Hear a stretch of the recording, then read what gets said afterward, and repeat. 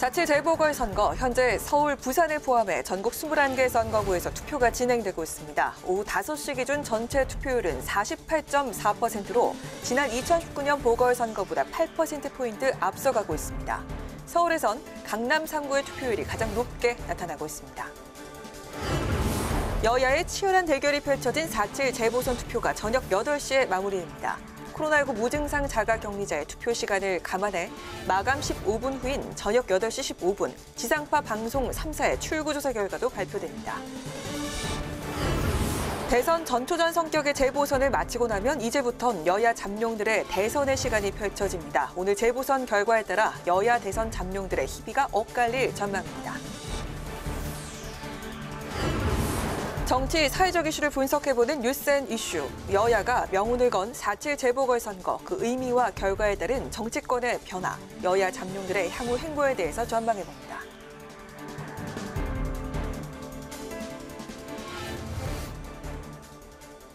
시청자 여러분 안녕하십니까. 4.7 재보궐선거 13일간의 열전이 모두 끝이 났습니다. 이제 막바지 투표와 개표만을 남겨놓고 있는데요. 전국의 분수령이 될 이번 선거, 민심은 어디로 향했을지, 그리고 정치권에 찾아올 변화는 무엇일지 꼼꼼히 짚어보도록 하겠습니다. 지금부터 4.7 재보선 특집 뉴스엔 시작합니다. 사전투표율이 역대 재보궐선거 최고치를 기록하면서 최종 투표율에도 모두의 관심이 쏠리고 있습니다.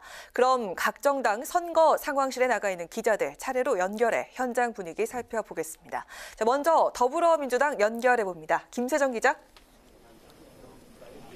네, 민주당 당사에 마련된 선거 상황실에 나와 있습니다. 네. 이번 재보궐선거 대선 전초전으로 불리면서 그야말로 여야 모두 숨가쁘게 그동안 달려왔는데요. 아직 투표가 이제 진행되고 있는 상황인데 지금 민주당 현재 분위기 어떻습니까? 네, 투표가 마감되려면 2시간 정도 남았죠. 아직 이른 시간이긴 하지만 민주당 당사에는 환하게 불이 켜져 있습니다. 제 뒤로 보이는 상황실 전면부에는 우리 함께 이겨냅시다라는 대형 현수막이 걸려 있고요. 각 방송사의 선거 방송을 시청할 TV 모니터도 줄지어 배치돼 있습니다. 또 바로 뒤에 보이는 자리가 내빈석인데요. 투표 마감이 임박해질 때쯤이면 당 관계자들이 이곳에 모여서 저녁 8시 15분에 발표될 지상파 방송 3사의 출구조사 결과를 긴장감 속에 지켜볼 예정입니다. 네, 김세정 기자, 이번에 사전투표 열기가 굉장히 뜨거웠잖아요. 당 지도부에서 그 어느 때보다 현재 투표 상황을 예의주시하고 있을 것 같은데 어떻습니까? 그렇습니다. 여야 지도부는 투표 당일인 오늘까지 지지층에 간곡한 호소를 보냈습니다. 이번 선거를 이끈 이낙연 상임선대위원장과 김태년 대표 대행은 기자회견을 자청했는데요. 이낙연 위원장은 최선의 후보가 아니라면 차선의 후보를 선택해달라며 국민의 선택을 기다리겠다고 했고요. 김태년 대표 대행은 더 경청하고 겸손한 자세로 성찰하겠다며 최고의 투표율을 보여달라고 부탁하는 등 특히 서울과 부산 지역 투표율에 집중하고 있습니다. 네. 박영선 후보는 어젯밤 늦게까지 선거운동을 한 것으로 전해지고 있는데 결전의 날인 오늘 어떻게 보내고 있습니까? 네, 박영선 후보는 오늘 아침 SNS를 통해서 거짓말을 심판하고 정직한 서울을 기다리는 서울의 시민들의 민심이 기다리고 있다면서 승리를 향해 뚜벅뚜벅 가겠다는 입장을 밝혔습니다. 박 후보는 사전투표에 참여했기 때문에 현재는 자택에 대기 중인 것으로 알려져 있는데요. 개표 윤곽이 드러날 때쯤 당사 상황실을 방문할 예정입니다. 정확한 방문 시간은 개표 상황과 결과에 따라 달라질 수 있다는 게 민주당의 입장입니다. 새로운 소식이 들어오면 빠르게 전달해 드리겠습니다. 지금까지 민주당 상황실에서 국회방송 김세정입니다. 네, 방송 후반부에 다시 연결을 하도록 하고요. 이번엔 국민의힘으로 가보겠습니다. 국민의힘도 당사의 개표 상황실을 차려놨는데요. 현장에 취재기자 나가 있습니다. 홍혜진 기자. 네, 국민의힘 당사에 마련된 선거 상황실에 나와 있습니다. 네, 국민의힘도 투표가 마감되길 기다리고 있을 것 같은데요. 우선 그곳 분위기부터 전해주시죠. 네, 상황실은 보시는 것처럼 아직까지는 한산한 모습입니다. 투표 마감 전이기 때문에 일부 당직자와 취재진들만 모습을 보이고 있습니다. 김종인 비대위원장을 비롯해 주호영 원내대표 등 당 지도부는 투표 마감 시간인 8시쯤에 이곳을 찾을 것으로 보입니다. 네, 그 사전에 그 투표를 한 사람들이 이제 많이 있었는데 김종인 비대위원장은 오늘 이제 본 투표를 했다고요. 여전히 선거 승리를 자신하고 있겠죠? 네, 김종인 위원장은 오늘 오전 9시 반에 종로구 투표소에서 한 표를 행사를 했습니다. 김 위원장은 이번 선거를 고 박원순 전 서울시장의 성폭행 사건에 대한 심판과 함께 이 문재인 정부 4년에 대한 평가다 이렇게 규정을 했는데요. 김 위원장은 그러면서 오세훈 후보가 상당한 표 차이로 승리를 할 것이라고 전망을 했습니다. 김 위원장은 오늘 선거 투표율과 관련해서는 50%를 살짝 넘을 것이다 이렇게 예상을 했는데요. 오후 5시 기준으로 이 강남과 서초, 송파 등 이른바 강남 상구의 투표율이 다른 지역보다 높게 나타나고 있습니다. 이 보수 텃밭으로 알려진 이들 지역에서 이 투표율이 높게 나타나는 것과 관련해 이 국민의힘에 유리한 것이 아니냐는 이런 전망도 나오고 있습니다. 네, 홍혜진 기자. 국민의힘이 연일 선관위가 편파적이라고 주장을 하고 있는데요. 오늘도 오 후보 배우자 세금 납부와 관련을 해서 선관위를 항의 방문했다고 들었는데 어떤 내용입니까? 네, 국민의힘과 선관위의 갈등이 선거 당일인 오늘까지 이어졌습니다. 이 선관위가 오늘 투표소에 오 후보자의 납세액이 사실과 다르다고 공고를 한 건데요. 이 선관위는 오 후보자의 배우자가 세금을 30만 원 더 냈다고 밝혔습니다. 이 국민의힘이 발끈한 건 세금을 더 냈는데도 선관위가 세금 누락이라는 악의적인 표현을 써서 이 선거 당일 오해의 소지를 만들었다는 겁니다. 국민의힘은 선관위가 선거에 개입한 심각한 선거 부정이라며 오후에 선관위를 항의 방문하기도 했습니다. 국민의힘과 선관위의 대립 오늘이 처음이 아닌데요. 이 앞서 국민의힘은 선관위가 내로남불 등의 표현을 불허한 데 대해 강력 비판하면서 원내 지도부가 지난 5일에 이 선관위를 항의 방문하기도 했습니다. 지금까지 국민의힘 선거 상황실에서 전해드렸습니다. 네, 국민의힘 선거 상황실도 방송 막판에 다시 연결해서 알려드리도록 하겠습니다. 이제 곧 퇴근길 투표가 이어질 시간인데요. 특히 서울 부산시장을 뽑기 위해 아직 투표를 하지 못한 유권자들은 주소지 인근 지정될 투표소로 발길을 이어갈 것으로 보입니다. 서울 투표소에 나가 있는 취재기자 연결해서 투표 분위기 살펴보겠습니다. 김동길 기자. 네, 서울 마포구 합정동 투표소에 나와 있습니다. 네, 이제 2시간 후면 투표가 마무리가 될 텐데요. 투표 행렬이 곧 이어지겠군요. 네, 오늘 오전 6시부터 시작된 투표는 특별한 사건, 사고 없이 순조롭게 진행되고 있습니다. 이번 선거는 재보궐선거로 저녁 8시까지 투표가 진행되기 때문에 퇴근 시간에 맞춰 직장인들의 행렬이 이어질 것으로 예상됩니다. 오후 6시 기준 정확한 투표율은 이제 선관위 발표를 기다려봐야 알겠지만 조금 전인 5시 55분까지 선관위가 집계한 투표율은 50.6%를 나타내고 있습니다. 서울이 51.9%, 부산이 46.9%를 각각 기록하고 있는데요. 특히 서울 지역에서는 강남, 서초, 송파, 이른바 강남 상구의 투표율이 높은 것으로 집계가 돼서 선거에 어떤 영향을 미칠지 벌써부터 집중이 되고 있습니다. 또 앞선 사전투표율이 20.5%를 기록했는데 재보궐선거 사전투표 역대 최고치, 또 지난 지방선거보다 높은 수치여서 오늘 본 투표율에도 관심이 모아지고 있습니다. 사전투표율이 높았던 만큼 이번 재보궐선거의 최종 투표율이 50%를 넘어서 지난 지방선거 투표율인 60%까지 가지 않겠느냐는 전망도 나오고 있습니다. 오늘 투표는 사전투표와 달리 자신의 주민등록상 주소지의 투표소에서만 투표를 할 수 있습니다. 유권자들은 주민등록증이나 여권 등 사진이 부착된 신분증을 지참하시고 반드시 마스크를 써야 투표를 할 수 있습니다. 또 코로나19 자가격리자는 저녁 8시 이전까지 투표소에 도착한 후 다른 유권자가 투표를 마친 이후에 투표를 할 수 있습니다. 자신의 투표소 위치는 선관위 홈페이지 등에서 확인할 수 있는데요. 투표 마감 시각인 8시 이후 개표가 진행되면 오늘 자정쯤이면 당선자 윤곽이 나올 것으로 전망되고 있습니다. 지금까지 투표소에서 국회방송 김동길입니다. 네, 이번에는 부산으로 가보겠습니다. 부산시장 보궐선거는 초반 가덕도 신공항 쟁점으로 시작했지만 곧바로 LH 사태 후폭풍에 휩싸였습니다. 특히 여야 후보들 간의 땅 투기, 또 부동산 특혜 분양 같은 의혹을 폭로하는 과정에서 상대방 측 고소 고발이 이어지면서 네거티브 공방전이 뜨거웠습니다. 김희영 기자가 정리했습니다.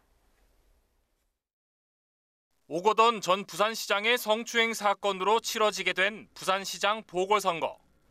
민주당은 가덕도 신공항 건설 특별법을 꺼내들었고 국민의힘도 뒤이어 합류하면서 선거 초반 쟁점은 가덕도 신공항이었습니다. 지난 2월 26일 가덕도 신공항 특별법이 국회를 통과하자 민주당 김영춘 후보는 수도권에 대응하는 새로운 경제 블록의 출현이라고 환영했고 국민의힘 박형준 후보도 부산 시민의 위대한 승리라고 강조했습니다. 하지만 3월 초 LH 사태가 터지면서 민심은 요동쳤습니다. 김 후보는 집권 여당의 일원으로서 사과했고 또 최근 부동산 폭등 때문에 또 LH 국민의 분노가 큽니다. 그 점에 대해서도 집권당의 후보로서 시민들께 진심으로 사죄드립니다. 박 후보는 정권 심판론에 더욱 불을 지폈습니다. 이번 선거는 이 정권의 위선과 무능과 오만과 실정을 반드시 민심의 몽둥이로 때려주는 선거입니다, 여러분. 네거티브 공방은 한층 치열해졌습니다. 민주당은 박 후보의 부동산 투기, 국회 사무총장 재임 당시 직권남용, 이명박 정부 당시 불법 사찰 지시를 포함한 6대 비리 게이트 의혹을 제기했습니다. 또 박 후보가 이 같은 의혹을 해명하지 않는다며 검찰에 수사를 의뢰하는 등 법적 조치에 나섰습니다. 박형준 후보의 비리 의혹은 파도 끝이 없습니다. 기본이 안 된 최악의 후보를 선택하게 되면 국민이 불행해지고 나라가 과거로 퇴행하게 됩니다. 국민의힘은 김영춘 후보 형의 땅 투기 의혹과 함께 김 후보가 서울 아파트 전셋값을 과도하게 인상했다며 부동산 민심을 향해 역공을 펼쳤습니다. 특히 김 후보가 지난해 전셋값을 14.5%나 올렸다며 김상조 전 청와대 정책실장이나 박주민 의원보다 심한 부동산 위선의 끝판이라고 공격했습니다. 그래서 왜 본인의 소신과 보시는 실천이 다르냐, 내로는 안 버리냐 이런 취지에서 제기하는 겁니다. 그리고 네. 후보 검증이란 목적으로 네거티브가 난무했던 부산시장 보궐선거. 오늘과 내일 사이 승자는 결정되지만 고소 고발로까지 이어진 선거 후유증은 피할 수 없어 보입니다. 국회방송 김희연입니다. 서울시장 보궐선거의 최대 이슈는 단연 후보 단일화였습니다. 특히 야권 후보 단일화의 경우는 여러 고비를 넘겨가며 성사됐는데요. 후보 단일화 과정과 함께 양자 대결 이후 민주당 박영선, 국민의힘 오세훈 후보에게 제기된 부동산 의혹 쟁점 등 서울시장 보궐선거의 이슈를 짚어봅니다. 임채원 기자가 정리했습니다. 서울시장 보궐선거는 시작부터 단일화가 주된 쟁점이었습니다. 먼저 여권의 단일화 과정은 순조로웠습니다. 예상대로 민주당 박영선 후보가 시대전환 조정훈, 열린민주당 김진애 후보와 차례로 후보 단일화에 성공하며 양자 대결 구도에 먼저 안착했습니다. 비온 뒤에 땅이 더 굳는다라는 말이 있습니다. 4월 7일 승리를 위해서 이제 하나가 됩니다. 국민의당 안철수 대표가 들고 나오면서 촉발된 야권 단일화. 야권은 단일화 방식을 놓고 갈등을 거듭하다 1차 시한을 넘기기도 했지만 결국 국민의힘 당내 경선에서 나경원 후보를 꺾은 오세훈 후보가 제3지대 안철수 후보마저 누르고 당당하게 야권 단일 후보에 올랐습니다. 여러분의 위대한 선택이 후회가 되지 않도록 제 모든 것을 바쳐서 승리를 가져오겠습니다. 박영선, 오세훈 후보 간 맞대결이 성사되자 이제는 후보들의 부동산 문제가 논란의 중심이 됐습니다. 여야는 상대 후보의 부동산 의혹을 제기하며 LH 사태로 촉발된 부동산 투기에 대한 국민 공분을 자극했습니다.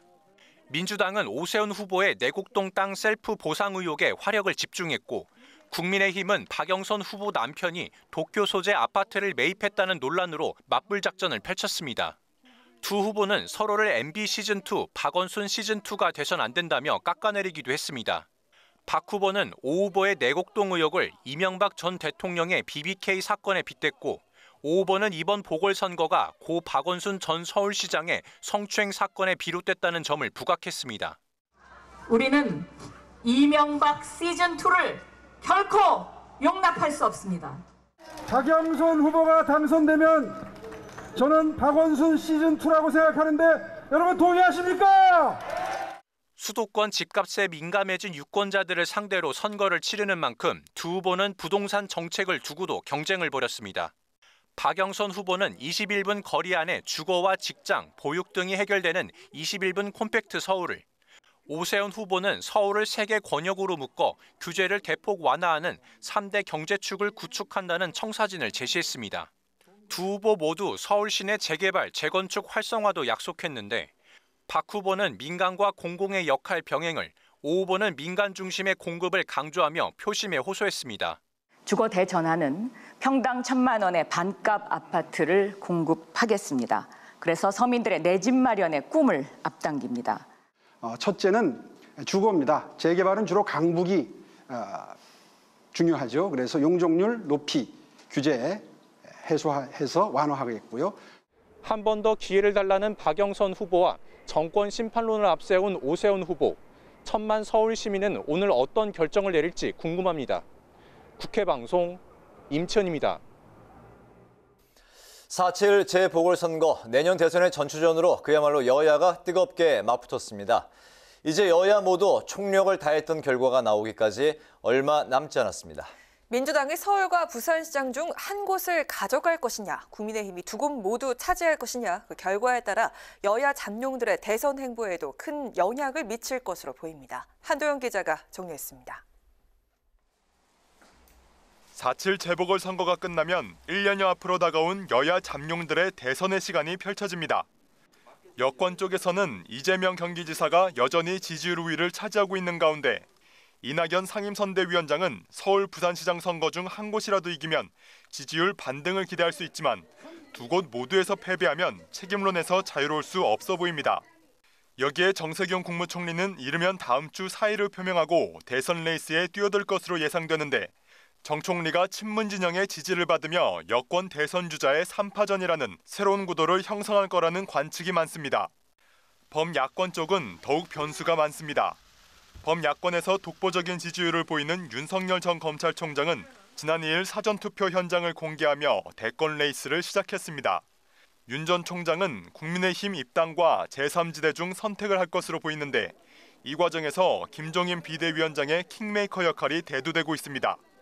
김 비대위원장은 일찌감치 재보선 승리를 확신하며 내일 국민의힘 비대위원장을 물러나겠다는 뜻을 밝혔는데 초재선 의원들을 중심으로 당대표로 추대될 거라는 전망과 국민의힘이 아닌 제3지대에서 활동할 거라는 추측이 엇갈리는 상황입니다. 어떤 길을 택하든 윤 전 총장이 보수개혁의 상징성을 갖춘 김 비대위원장과 움직임을 함께할 거라는 전망이 힘을 얻고 있습니다. 이 밖에 오세훈 서울시장 후보 지원 유세에 적극 참여한 국민의당 안철수 대표가 국민의힘 합당 이후 대권 후보로 나설 수 있다는 예상과 홍준표 무소속 의원을 비롯해 유승민 전 의원, 원희룡 제주지사도 재보선 이후 본격적인 대권 행보를 이어갈 거라는 예상이 나옵니다. 내년 대선까지 1년도 남지 않은 상황, 대선 지형을 바꿀 오늘 재보선 결과에 전 국민의 시선이 향하고 있습니다. 국회방송 한도영입니다.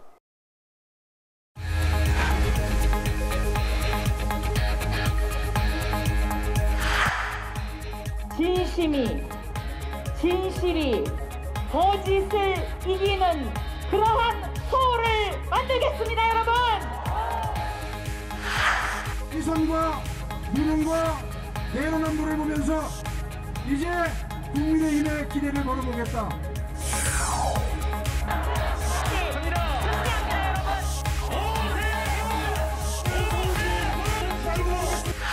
부산 살릴 꿈, 부산 경제 살릴 경제 시장 없는 선거로 좀 만들어 주십시오. 여러분 꼭 도와주십시오. 부산의 미래, 흔들리는 대한민국을 바로잡기 위해서 온 힘이 될 것입니다, 여러분.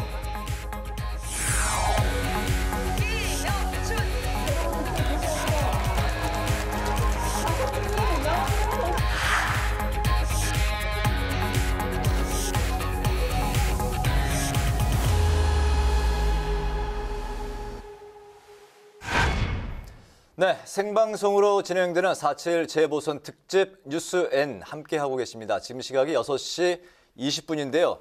이제 약 1시간 40분 후면 모든 투표가 이제 마감이 됩니다. 여야가 사활을 걸었던 이번 선거에서 민심은 과연 어느 쪽을 향했을지 정말 궁금한 상황인데요. 네, 특히 이번 서울과 부산시장 선거에선 변수가 넘쳐났던 만큼 여야의 신경전도 치열했습니다. 여야가 막판까지 새 결집에 총력을 기울였던 4.7 재보궐선거, 그 의미와 선거 결과에 따른 향후 정치권 변화에 대해서 더 심층적으로 짚어보도록 하겠습니다. 오늘 최진봉 교수, 장성철 소장 나오셨고요. 박지영 기자도 함께 자리했습니다. 어서 오십시오. 네, 세 분 어서 오십시오. 네. 첫 질문 드리겠습니다. 4.7 재보궐선거, 이제 13일간의 레이스가 이제 모두 이제 막을 내렸는데 막판 뒤집기냐 아니면 이제 굳히기냐, 여야의 불꽃 튀는 경쟁이 이어졌습니다. 네. 이번 재보궐선거 레이스 먼저 그 총평부터 해주시죠. 뭐 여러 가지가 많은 이슈들이 있었죠, 사실은. 그리고 이제 야당에서는 정권 심판론을 강하게 들고 나오면서 그게 어느 정도 판을 결정하는 요소로 작용을 하고 있었던 상황이었던 것 같고요. 네. 이제 나중에 그 부분을 좀 뒤집기 위해서 인물론을 들고 나온 박영선 후보가 많이 추격을 하고 있는 상황인데요. 뭐 결과야 어떻게 나올지는 지켜봐야 되겠습니다만 네. 많은 부분 또 추격이 어느 정도 인정된 부분도 있는 것 같고, 그래서 어느 정도까지 따라붙었는지는 제가 잘 모르겠지만 결과를 보고 나면 이제 그게 어느 정도까지 차이를 줄였는지 하는 부분을 볼 수 있을 것 같고요. 그러니까 중요한 건 결국은 이번 선거 같은 경우 LH 사태 이후에 결국 정권 심판론이라고 하는 어떤 그 프레임 자체가 선거를 거의 장악을 하고 있었던 상황이었어요. 그래서 여당 입장에서 상당히 어려운 상황에 선거를 치렀다고 볼 수 있을 것 같고요. 야권 입장에서는 결국 서울시장, 부산시장, 지방자치단체장을 뽑는 선거임에도 불구하고 정권 심판론이라고 하는 그 프레임을 가지고 지속적으로 우위를 점하는 상태에서 선거를 진행해 왔다, 이렇게 볼 수 있을 것 같습니다. 다만 제가 아까도 말씀드렸습니다만 깜깜이 선거 기관이라고 얘기하는 여론조사가 공표되지 않는 기간에 어느 정도까지 따라 붙었는지 하는 부분은 좀 지켜봐야 되는 상황이 아닌가, 이런 생각이 듭니다. 네, 장성철 소장님. 저는 최악의 지저분한 선거였다, 진흙탕 선거였다라고 평가를 하고 싶습니다. 저 정치권에 25년 있었지만 이런 식의 네거티브 선거전이 심했던 적은 없었던 것 같습니다. 처음에요, 그 베를린 인구 숫자 가지고 시작을 해서 페라가모 구두로 끝난 선거였다라고 저는 혹평을 하고 싶습니다. 이런 상황은 여당의 책임이 큽니다. 여당은 정책 선거를 해야 돼요. 자신들이 선거가 불리하다고 그래서 네거티브에 열중한 것 자체가 집권 여당으로서 자격 상실한 선거였다라고 보여집니다. 질 때도 잘 져야 돼요. 반칙하고 때리고 욕하고 이런 식으로 지면은요, 다음 게임을 기대할 수가 없습니다. 이번 선거의 후유증은 크게 남을 것이고, 박영선 후보 같은 경우에는 다음번 정치를 다시 시작하기에도 어려울 정도로 큰 내상을 입었다라고 말씀드립니다. 장 소장이 질 때도 이렇게 말씀하셨는데 아직 결과가 나오지 않았기 때문에 질지 안 질지는 지켜봐야 된다고 생각을 하고요. 그리고 이제 네거티브라고 계속 얘기를 하시는데 검증이다, 이렇게 보여집니다. 검증과 흑색 선전의 차이점은 두 가지예요. 네거티브는 검증과 흑색 선전이 있는데 검증은 명확한 증거가 있어야 돼요. 그래서 상대방이 인정을 하게 되고 어떤 잘못을 사과를 하고 그 정도까지로 가야 검증인데, 이것은 증거가 없었어요. 증언만 있었고 그 증언도 계속 말이 바뀌었습니다. 이것은 명백한 증거 없이 한 흑색 선전이다라고 저는 평가하고 싶습니다. 증인도 증거라고 볼 수 있고요. 증인이 한 명이 아니고 5명이 얘기를 하고 있습니다. 말을 바꿨다고 얘기하시는데 그분들 주장은 바꾸지 않았다고 얘기를 하고 있습니다. 시청자 여러분들이 판단하실 것 같습니다. 첫 번째 질문부터 맞붙으시는 것 같은데요. 네, 오늘 오전 6시부터 서울과 부산 등 재보선 지역의 투표소 3,459곳에서 투표가 순조롭게 진행이 되고 있습니다. 자, 박지영 기자, 지금까지 투표율 어떻게 집계가 됐습니까? 네, 이제 투표 마감 시간이 2시간도 채 남지 않았는데요. 오후 6시 10분을 기준으로 지금 50.6%를 기록하고 있습니다. 지역별로 살펴보면요, 서울이 그 51.9%, 부산은 46.9%로 집계가 되고 있습니다. 지금부터는 이제 직장인들 퇴근이 시작이 되기 때문에 이 직장인들이 퇴근 후 얼마나 투표소를 찾을지, 이 점이 최종 투표율에 영향을 줄 것 같습니다. 또 코로나19 자가 격리자의 투표도 남아있죠. 자가 격리자는 오후 8시 투표 마감 이후에 별도 임시 기표소에서 투표를 하게 됩니다. 이 모든 투표가 끝나면 오후 8시를 조금 넘기게 될 것 같은데요. 이후 투표함은 전국 그 55곳의 그 개표소로 옮겨지고요. 개표는 그 오후 8시 30분부터 시작이 될 것으로 예상이 되고 있고요. 당선인 윤곽은 빠르면 자정쯤 나올 것으로 전망이 되고 있습니다. 네. 일단 현재 그 6시 현재 투표율이 50.6%, 서울이 51.9%, 부산이 46.9%로 집계가 됐는데 뭐 예상보다는 뭐 좀 높게 나왔다고 이제 볼 수가 있는 상황인 것 같아요. 이 투표율에 담긴 민심, 두 분 어떻게 해석하고 계신지 먼저 장 소장님부터 말씀하실까요? 저는 두 가지라고 봐요. 조직과 분노의 표현이다라고 말씀드리고 싶습니다. 지금 여당과 야당 지금 결사적으로 조직 동원하고 있어요. 지금까지도 막 문자 보내고 전화 통화하고 빨리 나와 투표하라고 그런 식으로 조직 동원하고 있거든요. 그것이 투표율을 높이는 견인하는 그런 큰 효과였다라고 말씀드리고요. 또 하나는 분노의 표현인 것 같습니다. 정권을 견제하자, 정권을 심판하자 이러한 분노의 표현이 자발적으로 중도층 같은 경우에는 투표장으로 이끌지 않았느냐라는 생각이 듭니다.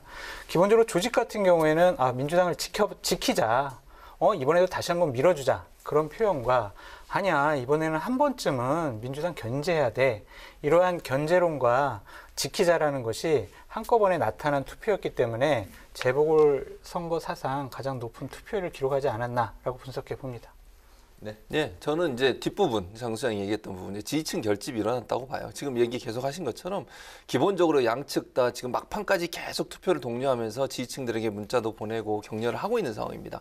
그만큼 이 선거가 미치는 영향, 대선에 미치는 영향도 크고요. 또 지지층 결집을 통해서 뭔가 뒤집을 수 있다고 하는 가능성도 보고 있다고 봐요. 그렇기 때문에 이거는 지금 투표율이 만큼 높다고 하는 지지층들이 어느 정도 결집하고 있는 증거다. 물론 이제 정권 심판에서 중도층이 어느 선택을 했을지는 저는 이제 두고 봐야 된다고 보지만 일정 부분 거기에도 영향을 받았겠지만 기본적으로 지지층이 결집하지 않았다고 하면 이렇게 임시 공휴일도 아닌 이런 보궐선거에 이 정도의 투표율이 나올 가능성은 없다. 그래서 지지층 결집이 어느 정도 이루어졌다고 볼 수 있을 것 같습니다. 지지층 결집이 선거 막판 큰 변수일 수 있다. 알겠습니다. 네, 이번 재보궐선거 앞서 진행된 사전투표 열기는 그 어느 때보다 정말 뜨거웠습니다. 사전투표 제도가 도입된 2013년 이래 재보선 사전투표율이 최고치를 기록했죠. 박지영 기자. 네, 그렇습니다. 이번 4.7 재보선 사전투표율 20.54%로 재보선 중에 역대 최고치를 기록을 했는데요. 그만큼 이번 재보선에 대한 국민의 관심이 높았다고 볼 수 있겠습니다. 이제 두 분 전문가께서도 좀 다른 해석을 하시긴 했지만 여야 어느 쪽에 좀 유리할지는 그 결과는 지켜봐야 할 것 같습니다. 재보선 같은 경우 일부 지역에서만 치러지고 또 전국 단위 선거처럼 임시 공휴일이 아니다 보니까 투표율이 낮을 수밖에 없는데요. 먼저 사전 투표율을 보시면 지난 2014년 그 12구 재보선과 그 직전에 치러진 2019년 4.3 보궐선거를 제외하고 전부 10% 아래를 밑돌았습니다. 총 투표율도 역대 재보선을 살펴보면 그 50%를 넘기지 못했거든요. 하지만 이번 4.7 재보선은 사전 투표율이 높았고 또 총 투표율이 통상적으로 사전 투표율에 비해 2.5배 정도 나온다고 합니다.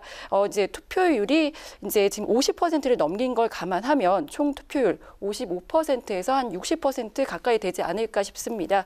이제 만약 이렇게 된다면 사전 투표율에 이어서 그 총 투표율도 역대 최고치를 갈아치우게 됩니다.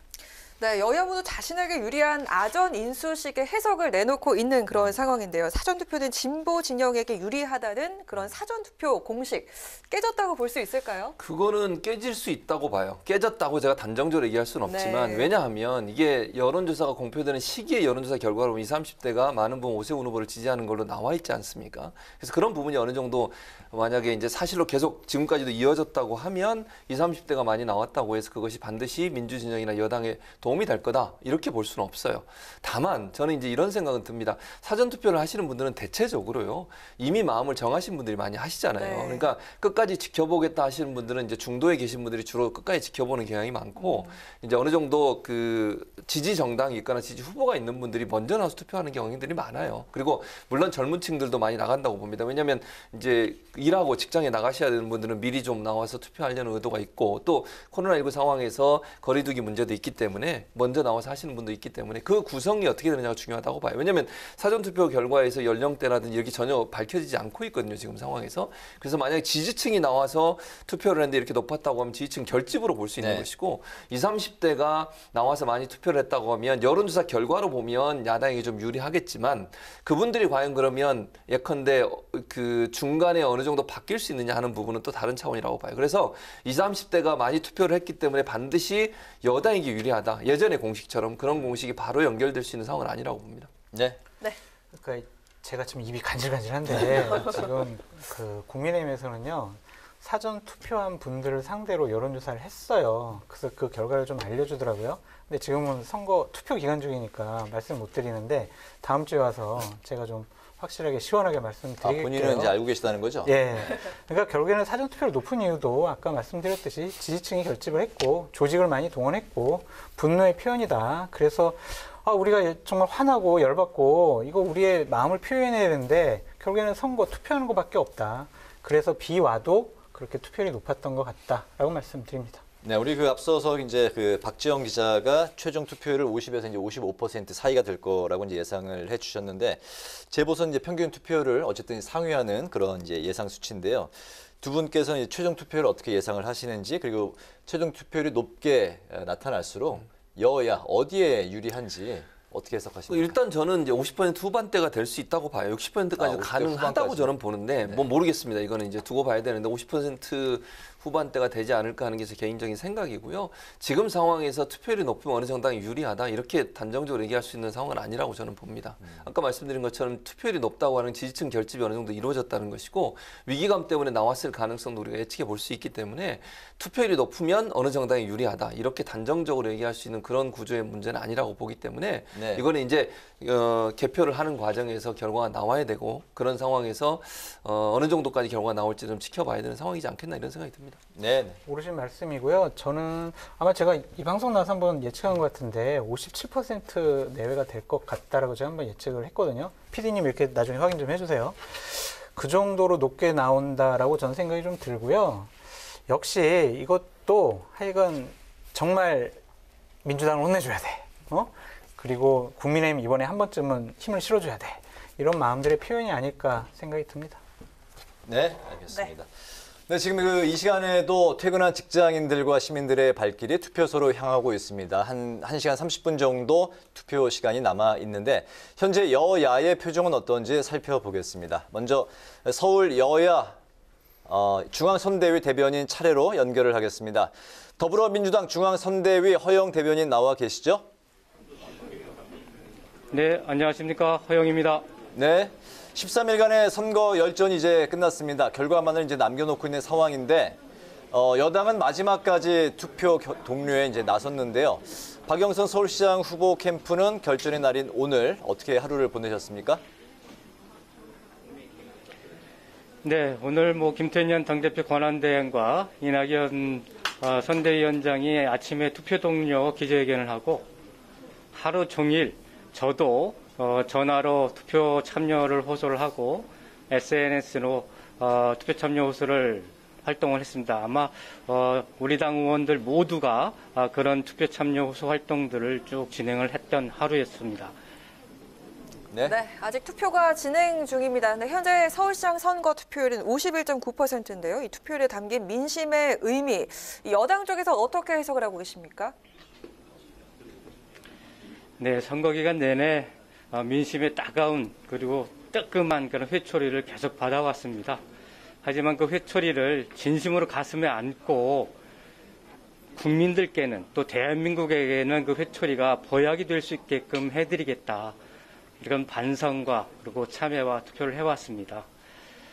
근데 선거가 쭉 진행되면서 사실상은 선거는 정책 검증과 후보 검증 이 두 가지로 진행이 되는데 상대 측 오세훈, 박형준 후보에 대한 각종 의혹과 거짓말이 계속 이어져서 우리에게 회초리 부분들도 있지만은 야당 의원들에 대한 부분들에 대해 있어서는 더 심각하다. 야당에게 서울시장과 부산시장을 맡길 수 없다라고 하는 그러한 여론도 반전의 계기를 만드는 데 있어서 중요한 역할들을 해왔다고 생각을 하고 있습니다. 네. 마지막으로 만약 서울시장으로 박영선 후보가 당선이 된다면 서울 시민이 박 후보 당선을 통해서 말하고 싶은 게 어떤 거라고 생각하십니까? 네, 코로나19를 극복하고 민생을 조속히 안정시켜서 경제 회복에 대한 그러한 기대에 대한 투표 결과라고 생각을 하고 있습니다. 또한 최초의 여성 시장으로서 중소벤처기업부 장관의 성공 경험을 살려서 서울시정을 잘 이끌어달라고 하는 또 기대 심리도 함께 있다고 생각을 합니다. 그래서 서울시를 대전환의 계기를 마련을 하고 글로벌 수도로서의 위상을 굳건히 해라. 또한 우리 민주당도 대전환을 시켜라. 이러한 명령이 담겨져 있는 투표 결과를 기대합니다. 네, 말씀 잘 들었습니다. 바쁜 시간에 인터뷰에 응해 주셔서 감사드립니다. 고맙습니다. 네, 이어서 이번엔 네, 감사합니다. 투표 참여해 주십시오. 네, 고맙습니다. 이번엔 국민의힘으로 가보겠습니다. 국민의힘 중앙선대위 배준영 대변인 나와 계시죠? 안녕하세요. 네, 안녕하십니까? 네, 국민의힘이 마지막까지 정말 발걸음이 바빴는데요. 김종인 비대위원장은 오늘 투표소를 찾았고 또 국민의힘 의원들은 중앙선관위를 항의 방문을 했습니다. 오세훈 서울시장 후보 캠프 운명의 날이라고 부를 수 있는 오늘 하루 어떻게 보냈습니까? 네, 지난 2주는 정말 놀라운 2주였다고 생각을 합니다. 첫 번째는 관권 선거, 금권 선거, 그리고 흑색 선전 뭐 이런 걸로 해서 역사상 있지 않았던 그런 놀라운 선거였고요. 그리고 또 하나는 저희가 어제 신촌에도 갔지만은 정말 젊은 사람들의 열기 그리고 우리 정권 심판과 미래를 위한 뜨거운 열정을 느낄 수 있는 그런 선거였다고 생각을 하고 있고요. 지금 1시간 반 정도 남았는데 마지막 선거 투표 종료까지 저희가 최선을 다해서 투표를 독려를 할 생각입니다. 네. 6시 현재 서울시장 선거 투표율이 51.9%입니다. 이 투표율에 담긴 민심과 의미, 국민의힘 쪽에서는 어떻게 해석을 하고 계신지요? 네. 정권 심판에 대한 열기가 뜨겁다고 생각하고요.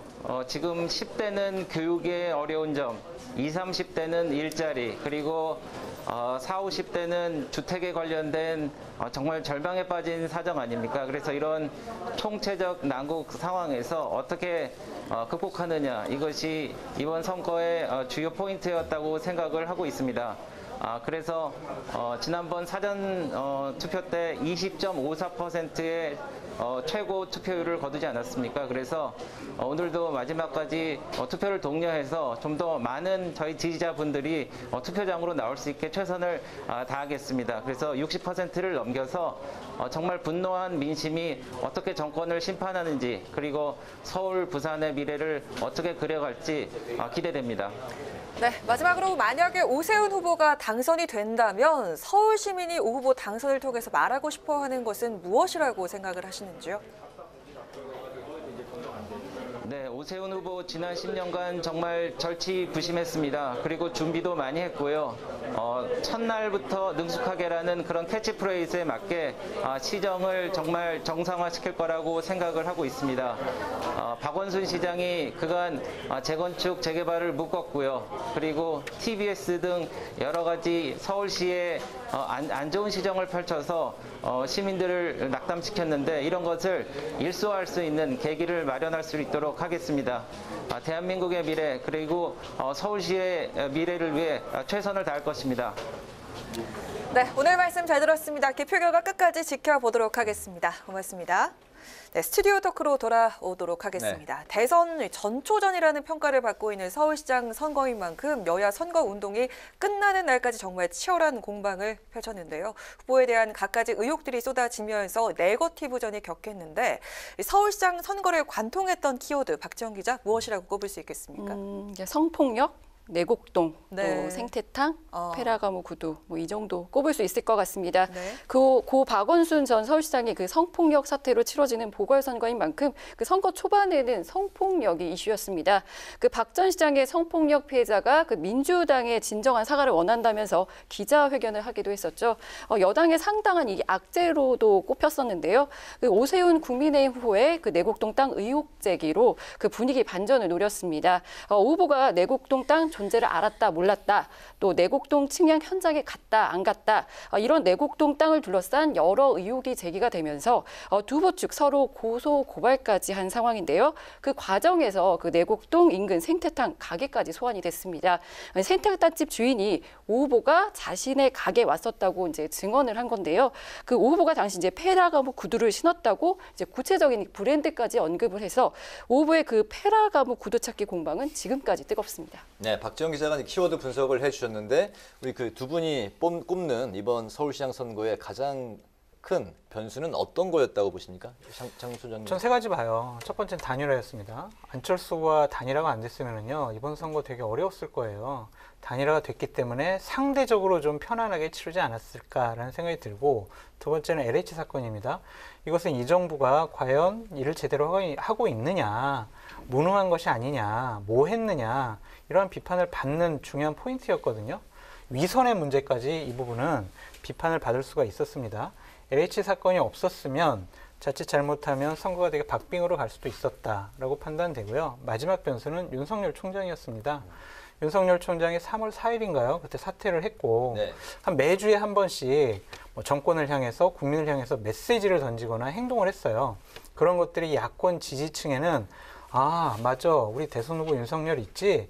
우리가 이번 서울시장에 결집해서 서울시장 이기면은 내년 대선도 해볼만 하겠네? 라는 희망을 심어줬거든요.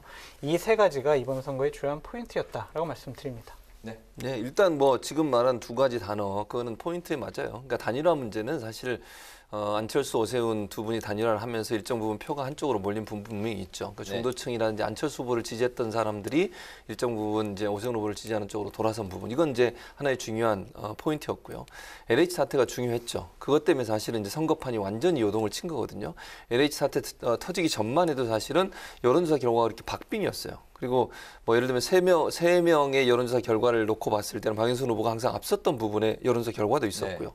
그런데 사실 LH 사태 터지고 나서는 3명이 했는데도 차가 이제 표차가 나는 상황이 돼버렸거든요. 그러니까 제가 볼 때는 LH 사태가 아주 중요한 계기가 됐다. 그것이 전체적으로 이 선거의 판이 정권 심판론이라는 쪽으로 흘러가도록 만드는 중요한 계기를 만들었기 때문에, 그래서 여당이 이 LH 사태 때문에 상당히 고전을 면치 못하면서 선거운동을 계속 해왔지 않나 이렇게 보여집니다. 네, 알겠습니다. 자, 선거에 대한 관심과 열기, 부산 역시 뜨거웠는데요. 민주당은 부산 경제를 살릴 위기 해결사를, 국민의힘은 혁신의 바람을 일으킬 적임자를 내세웠습니다. 부산 선거 상황은 어떤지 여야 선거 상황실 알아보도록 하겠습니다. 김영춘 부산시장 후보 선대위 상임 선대위원장을 맡고 계신 박재호 의원과 전화로 연결되어 있습니다. 박 의원님 나오 계시죠? 안녕하세요. 네, 반갑습니다. 네, 제2의 도시 부산을 이끌어갈 수장, 곧 이제 판가름이 날 텐데요. 김영춘 부산시장 후보 캠프 오늘 하루 어떻게 보냈습니까?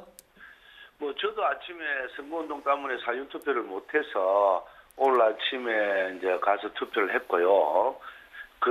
저희 당의 전통적인 지지층이 직장인들 아니겠습니까? 그래서 퇴근하는 이 시간 이후에 투표율이 중요하기 때문에 저희 캠프도 8시까지 투표 전화, 동료 전화를 계속하고 있습니다. 네. 그리고 현재 그 민주당 부산 선대위 분위기가 어떻습니까? 어떻게 예측을 하고 있나요? 지금 현재 많이 이제 투표율이 좀 높아지면 저희들한테 유리하겠나 싶어서 보고 있는데, 현재의 분위기는 저희 상황실에는 여러 기자들이나 사람들 많이 와 있고요. 그리고 우리 분위기는 지금 잘하면 우리가 될 수 있겠다 하는 이런 분위기가 많이 있습니다. 네, 현재 부산시장 선거 투표율이 46.9%인데요. 이 투표율에 담긴 의미, 민주당에서는 어떻게 해석을 하고 계십니까? 아마 저희들 보고 부산 경제를 좀 살려주라. 그동안에 28년 동안 국민의힘이 한 것보다 3년 너가 좀 더 잘했다라는 이런 기대치도 있고요. 또 막판에 이제 분위기가 조금 반전이 돼서 저희들도 좀 희망적으로 보고는 있습니다만은 선거 결과는 지켜봐야 되기 때문에, 특히 더 지금 현재로는 좀 연세가 좀 많으신 사람들이 사시는 구에서 투표율이 좀 높아서 좀 저희들도 조금 여러 가지 생각 중에 있습니다. 네. 마지막으로 만약 김영춘 후보가 당선된다면 부산 시민이 김 후보 당선을 통해서 말하고 싶은 게 어떤 거라고 생각하십니까? 예를 들면 경제 좀 살려주고 가덕도 공항 제대로 만들고 2030 월드 엑스포를 통해 부산을 재도약하는 계기로 만들어 봐라. 그리고 깨끗하고 정직한 시장을 선택하는 것이라고 보면 되겠죠. 네, 말씀 잘 들었습니다. 바쁜 시간에 인터뷰에 응해 주셔서 감사드립니다. 고맙습니다. 네, 고맙습니다. 네, 이어서 국민의힘 부산시장 선거 상황실을 연결해 보겠습니다. 황보승희 수석대변인 나와 계시죠? 네, 안녕하십니까? 네, 안녕하십니까? 부산의 적임자 오늘 투표로 결정이 될 텐데요. 야당의 박형준 부산시장 후보 캠프 오늘 하루 어떻게 보냈습니까? 네, 저희는 일단 투표 동료를 하루 종일 열심히 했습니다. 그 사전 투표율이 역대 재보궐선거 중에서 가장 이제 높게 나왔다고 하는데 또 혹시라도 우리 시민들께서 소중한 한 표를 행사하지 않으실까 싶어서 열심히 지인들께 전화도 보내고 SNS 상으로 투표 동료는 얼마든지 할 수 있기 때문에 저희 전 당원이 적극적으로 투표 동료를 했다는 말씀을 드리고요. 지금 시민들이 굉장히 변화를 많이 원하고 계시는데 변화가 필요하다고 말만 해서는 안 되고 직접 투표를 해야 된다. 이게 테일러 스위프트가 하신 얘기거든요. 그래서 저희가 꼭 투표를 행사해 주십사. 어제 마지막 투혼 유세에서도 말씀을 드렸고 하루 종일 열심히 노력했다는 말씀을 드리겠습니다. 그리고 지금은 겸허히 투표 결과를 기다리고 있습니다. 네. 네, 현재 국민의힘 부산선대위 분위기 어떻습니까? 생각보다는 지금 차분한 분위기고요. 이제 8시까지 투표를 해야 되는데 저희가 보니까 이렇게 직장인들, 특히 젊은 직장인들 같은 경우는 또 그 새벽 일찍 투표하기가 힘들어서 퇴근하면서 하시겠다는 분들도 꽤 계시더라고요. 네. 근데 아시다시피 이번에 20, 30대가 저희 당 지지로 많이 돌아섰기 때문에 저희는 마지막까지 끝까지 직장인들에게도 투표 동료를 열심히 하려고 하고 있습니다. 네, 아직 투표가 이제 진행 중이긴 합니다만 6시 현재 부산시장 선거 투표율이 46.9%입니다. 이 투표율에 담긴 의미, 국민의힘에서는 어떻게 해석을 하고 계신지요? 네, 이번 선거는 부산 전체적인 분위기, 또 서울도 마찬가지겠지만 정권 심판에 대한 그 시민들의 목소리가 높았습니다. 당초 이 선거가 민주당 출신 시장들의 권력형 성범죄로 안 해도 될 보궐선거가 발생을 했고, 또 이 정권의 무능, 또 위선적인 모습, 내로남불 이런 것들에 대해서 국민들이 많이 붕괴하셨기 때문에 역대 그 어떤 재보궐선거보다 지금 투표율이 높게 나온다고 저희는 판단하고 있습니다. 네. 네, 마지막으로 만약에 박형준 후보가 당선이 된다면 부산 시민이 박 후보 당선을 통해서 말하고 싶은 건 무엇이라고 생각을 하십니까? 지금 코로나 위기, 코로나 때문도 그렇지만 대한민국 민생 경제가 굉장히 어렵지 않습니까? 그래서 부산도 제1 수건 사업이자 시민들의 열망이 경제를 살리는 것이거든요. 특히 이제 소상공인 자영업자들 너무 힘드시기 때문에 박형준 후보가 처음 업무를 시작하면 소상공인들과 관련된 어떤 지원 대책에 대해서 첫 사인을 하시겠다 이렇게 말씀을 하셨습니다. 그리고 지금 문재인 정권의 이 잘못된 실정들에 대해서 저희가 또 하나하나 짚으면서 정말 준비된 실력과 능력으로 우리 부산시가 지금 1년 정도 행정 장이 없음으로 해서 이 발전의 공백이 생겼는데 빨리 정상 궤도로 되돌려서 부산을 다시 도약시킬 수 있도록 열심히 일하겠다는 말씀을 드리겠습니다. 네, 오늘 말씀 잘 들었습니다. 고맙습니다. 네, 감사합니다. 네, 여야 선거 상황실 연결해서 분위기를 살펴봤고요. 박지영 기자, 부산시장 선거를 관통했던 키워드 어떤 것이 있었죠? 최대 키워드는 아마 LCT일 것 같습니다. 박형준 국민의힘 후보에게 제기된 의혹이죠. 박 후보가 LCT 아파트 구입 과정에 특혜가 있었던 건 아니냐는 거고요. 또 LCT 내에 설치된 고가의 조형물과 미술품이 박 후보 부인의 아들 회사와 관련이 있다는 의혹 제기도 있었는데요. 네거티브전이 이렇게 가열되면서 두 후보 측 고소 고발까지 한 상황이거든요. 법정 다툼이 불가피해 보이는데 선거 후유증도 상당할 것으로 예상이 됩니다. 그리고 이제 부산시장 보궐선거도 오고돈 전 시장의 성추행 사태로 치러지는 거잖아요. 성추행 그리고 가덕도도 키워드로 꼽을 수 있을 것 같습니다. 부산이 야당 텃밭이다 보니까 여당에서 이제 표심을 잡기 위해서 상당히 이제 그동안 공을 들이지 않았습니까? 이제 특히 가덕도 신공항 특별법을 통과시키면서 이제 표심을 집중 공략을 했는데요.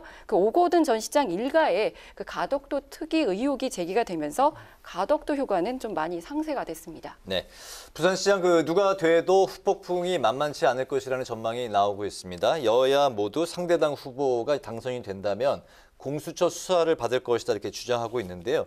이런 상황이 선거가 끝난 후에도 계속 이어질까요? 저는 이어질 거라고 봐요. 어떤 형태로. 왜냐하면 이제 고소고발이 이루어진 상태고 지금 박형준 후보 같은 경우에는 공직선거법 위반 혐의로 지금 조사도 받고 있는, 그러니까 선관위가 조사를 하고 있는 것으로 알려지고 있는데 재산 신고 과정에서 본인이 수정을 한번 했잖아요. 최초로 냈던 재산 신고하고 나중에 언론에서 보도한 내용 중에 건물을 등기를 안 한 상태에서 땅만 재산 신고를 하다 보니까 가격에 차이가 있었고 그게 수정이 다시 한번 된 적이 있었거든요. 이 부분도 지금 조사가 이루어지고 있는 상황이고 여러 의혹들에서 저는 이제 고발 고소가 이루어졌으니까 아마 선거 끝나고 나면 그 부분에 대한 조사가 이루어지지 않을까 이런 생각이 듭니다. 네, 장소영. 저는 이거는 민주당이 선을 넘었다라고 말씀드리고 싶어요. 선거전 이렇게 끌고 가면 안 됩니다. 여당이 할 수 있는 일이라고는 의혹을 제기하고 의혹에 대해서 해명이 나오면 거짓말이라고 몰아붙이고 그것은 수사해야 된다라고 협박을 합니다. 이것이 과연 집권여당의 선거 전략이 맞습니까? 집권여당은 정책으로 승부해야 돼요. 집권여당 계속 LCT 문제 했죠. 삼았죠. 박형준, 당신은 LCT의 로얄층을 특혜 분양받았어. 이런 식의 프레임에 넣습니다. LCT가요 80층이 넘어요. 그럼 로얄층은 보통 상당한 위층, 80층 이 정도가 로얄층이지 박형준 후보가 받았던 17층, 18층 낮은 층수예요. 보통 주상복합 높으면 높은 층이 로얄층입니다. 17층, 18층 이 저층을 특혜 분양받았다, 로얄층이다 이렇게 공격하는 것 자체가 저 사람은 나쁜 사람이야 라고 규정해놓는 프레임에 가둬놓은 거거든요. 이런 것들 상당히 정말 집권여당이 앞으로 내년 대선도 있고 지방선거도 있는데 이런 식의 네거티브 선거에 열중할 것이다? 이것은 집권여당답지 않아요. 우리 박지영 기자님 말씀하신 것처럼 후유증이 너무 심할 것 같아요. 네. 고소고발이 난무하고 있기 때문에 선거를 이런 사법적인 처리 문제로 넘기는 것 자체가 정치권이 자기 책임을 회피하는 거다라고 말씀드립니다. 네, 이제 선거 결과가 이제 오늘 밤 늦게쯤에 이제 나올 걸로 예상이 되고 있는데요. 특히 이제 패하는 쪽에서는 이제 그 타격이 굉장할 것으로 이제 보입니다. 선거 결과별 그 시나리오, 전국 시나리오 어떻게 전망하시는지요? 일단 만약에 이제 민주당이 둘 다 패한다는 가정을 해서 말씀을 드려보면 그거는 상당히 민주당한테는 큰 아픔이죠, 사실은. 그러니까 대선을 앞두고서 민주당이 큰 변화를 해야 되는 상황이 된다고 보여지고요.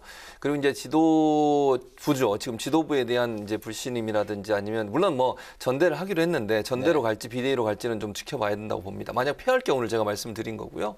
그래서 이제 상당히 큰 변화가 이루어질 가능성이 있고 그다음에 대선 후보판에도 상당히 큰 변화가 일어날 가능성이 있어요. 예를 들면 이낙연 지금 이제 전 대표죠. 전 대표 같은 경우에 만약 패하면 상당히 큰 타격을 받으실 겁니다. 왜냐하면 당헌 당규 바뀔 때 본인이 대표를 하시면서 했었고요. 이러다 보니까 이 책임론에서 자유로울 수가 없는 상황이 돼버려요. 그러면 대선 후보로서의 지지율이 상당히 좀 타격을 받을 수 있는 상황이 되고 그렇게 되면 이재명 지사의 지지율이 어느 정도 좀 반등할 수 있는 기회가 될 거다.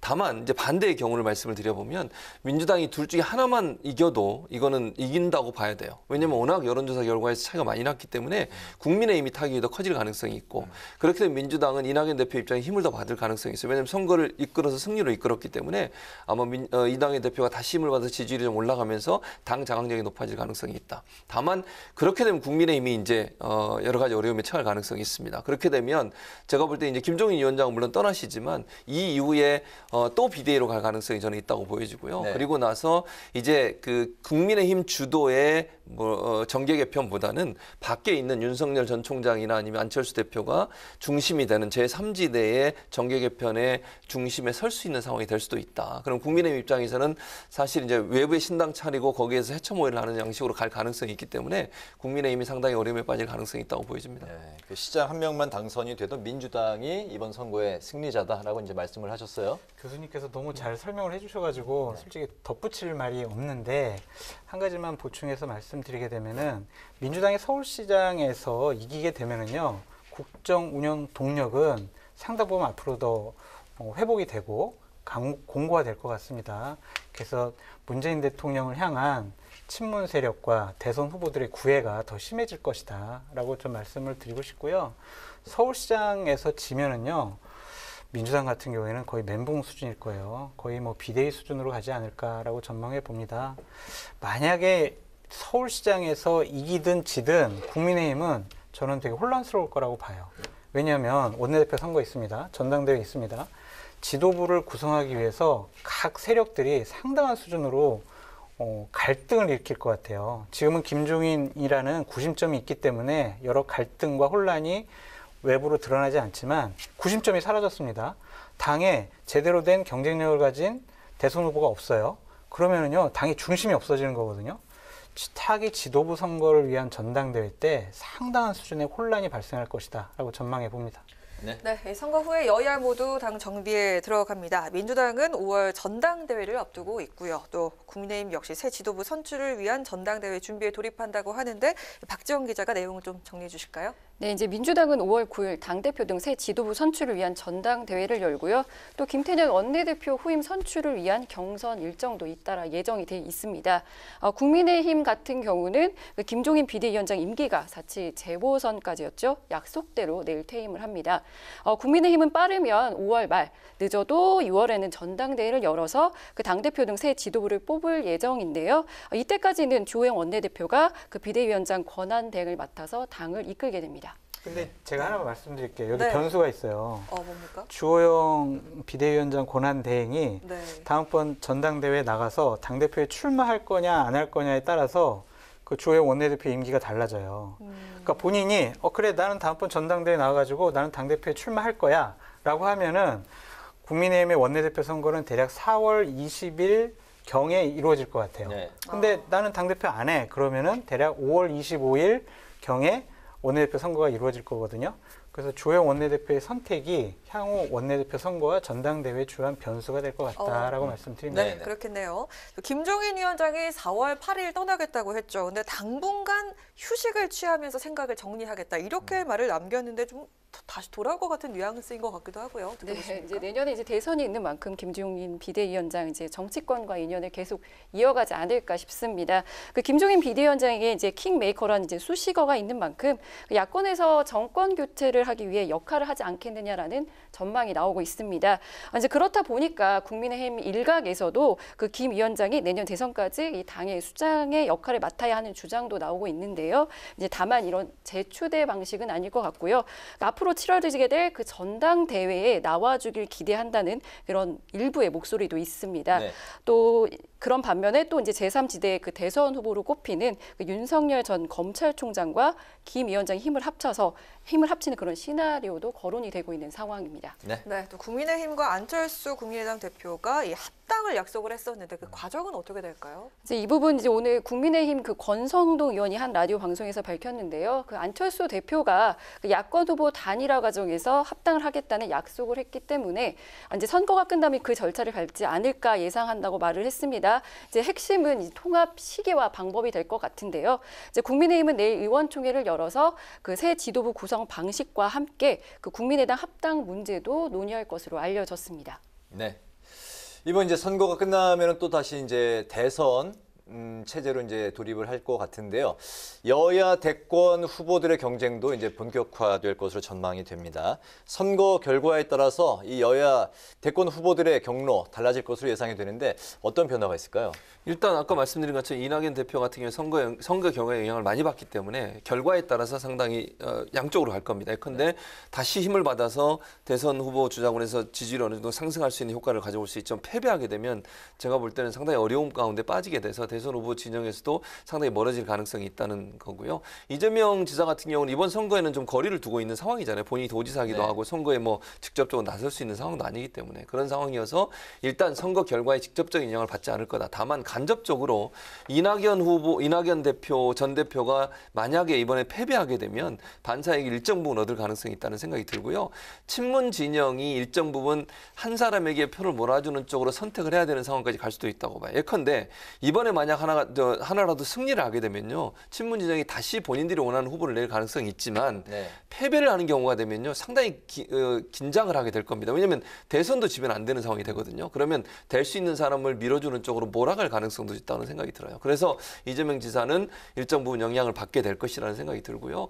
야권 진영 같은 경우에는 뭐 이기든 지든 제가 볼 때는 제3지대에 있는 분들이 더 많은 이제 영향력을 행사할 가능성이 있다고 봐요. 윤석열 전 총장이나 안철수 이제 대표 같은 경우가 거냐, 제3지대에서 계속 머무를 거냐 아니면 합당을 할 거냐의 문제인 것인데 제가 볼 때는 만약에 승리를 두 군데 다 하게 되면요. 네. 국민의힘 중심으로 정계개편이 이루어질 가능성이 두 분 다 들어올 가능성이 높다고 봐요. 네. 그러나 패배를 하면 한 군데도 패배하게 되면 제가 볼 때는 들어올 가능성이 낮다고 보거든요. 그렇게 되면 이제 제3지대에서 김종인 위원장의 역할이 또 한 번 나타나게 되는 효과가 나오지 않을까 이런 생각이 듭니다. 네. 장수영. 저 얘기 안 하면 안 될까요? 왜냐하면 저 교수님과 생각이 똑같아요. 알겠습니다. 그래서 그러면 이 질문 드리겠습니다. 네. 윤석열 전 총장의 이제 이번 선거 이후에 향후 행보 어떻게 예상을 하십니까? 향후 행보는 기본적으로 일주일에 한 번씩 누구를 만나거나 정권을 향한 어떤 메시지를 던질 것 같아요.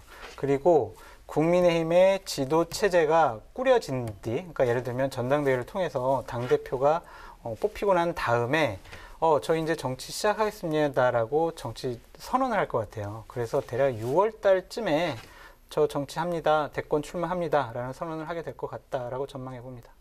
네, 잘 알겠습니다. 자, 재보궐선거 투표 마감이 이제 딱 1시간 남았습니다. 여야 모두 투표가 끝나면 발표될 출구조사 결과를 앞두고 분주하게 움직일 것 같은데요.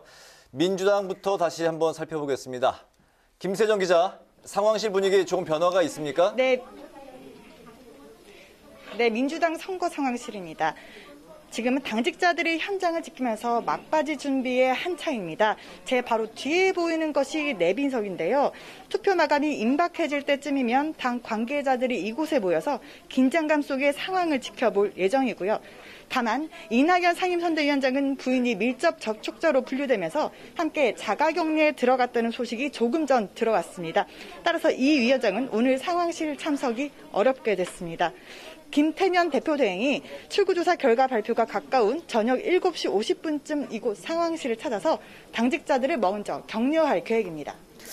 네, 오늘 아침까지 기자회견을 자청할 만큼 지도부에서도 이번 재보선 투표 독려에 심혈을 쏟았죠. 그렇습니다. 민주당은 오늘 하루 기자회견과 SNS 등을 통해서 지지자들을 투표장으로 이끌기 위해 총력을 기울였습니다. 이낙연 위원장은 최선의 후보가 아니라면 차선의 후보를 선택해달라며 국민의 지지를 호소했고요. 김태년 대표 대행은 더 경청하고 겸손한 자세로 성찰하겠다며 최고의 투표율을 보여달라고 부탁했습니다. 네, 현재 누구보다 초조하게 이제 선거 결과를 기다리고 있을 사람이 이제 박영선 후보일 텐데 언제쯤에 상황실에 올까요? 박영선 후보는 현재 자택에 머물면서 개표 상황을 주시하는 것으로 전해졌습니다. 개표 윤곽이 드러날 때쯤에 당사 상황실에 방문해서 선대위 관계자들과 함께 남은 개표 상황을 지켜볼 것으로 보입니다. 앞서 박 후보는 오늘 아침 SNS를 통해서 거짓을 심판하고 정직한 서울을 만들겠다는 시민들의 민심이 모이고 있다면서 승리를 향해 뚜벅뚜벅 걸어가겠다고 밝혔습니다. 박 후보의 방문 시간이 명확해지거나 선거 결과 전망 등 중요한 내용이 추가로 나오면 다음 뉴스 945에서 다시 전해드리겠습니다. 지금까지 민주당 당사에서 국회방송 김세정입니다. 네, 이어서 국민의힘 개표 상황실도 다시 연결해 보겠습니다. 홍혜진 기자. 네, 국민의힘 선거 상황실입니다. 선거 상황실 상황 조금 전과 크게 다르지는 않습니다. 다만 투표 마감 시간이 임박하면서 이 당 관계자들이 서서히 모습을 드러내고 있습니다. 그러면서 긴장감도 조금씩 높아지고 있는데요. 이른 시간부터 이곳 상황실을 찾은 취재진들은 지금 당 지도부와 선거 결과를 기다리고 있습니다. 김종인 비상대책위원장을 비롯해 주호영 원내대표 등 당 지도부는 1시간 뒤쯤에 이곳을 찾을 것으로 보입니다. 네, 홍혜진 기자, 오세훈 후보는 언제쯤 선거 상황실을 찾을 예정입니까? 네, 오세훈 후보는 오늘 하루 공식 일정을 잡지 않은 채 자택에 머물렀는데요. 캠프 관계자에 따르면 오 후보는 이 투표 마감 이후에 이곳을 찾을 것으로 보입니다. 오 후보는 상황실을 찾아서 그동안 수고한 당직자들을 격려하고 함께 개표 결과를 지켜볼 것으로 보입니다. 네, 오세훈 후보가 어제 남평화 상가에서 공식 선거운동을 마감했는데 그간의 소회도 밝혔다고요? 네, 오세훈 후보는 13일간의 공식 선거운동을 마감하면서 자신의 SNS에 소회를 밝혔는데요. 오 후보는 서울을 살리고 정권 심판을 해달라는 시민들의 잊지 못하겠다고 말했습니다. 그러면서 공정과 정의를 다시 세우고 상생의 서울을 반드시 만들겠다면서 투표로 국민의 힘을 보여달라고 막판까지 지지를 호소했습니다. 오 후보는 여론조사 공표기간 금지 기간 전까지 발표된 각종 여론조사에서 우위를 차지했던 만큼 이 오 후보 캠프 측은 선거 결과에 기대감을 나타내고 있는데요. 오 후보가 만약 승리를 한다면 2011년 이 서울시장 사퇴 이후에 10년 만에 1000만 서울 시민의 행정을 책임지게 될 것으로 보입니다. 지금까지 국회 국민의힘 선거 상황실에서 전해드렸습니다. 네. 네, 7시를 조금 넘은 시각인데요. 현재 전체 투표율은 51.9%, 또 서울은 54.3%, 부산은 49.4%로 현재 투표율 집계되고 있습니다.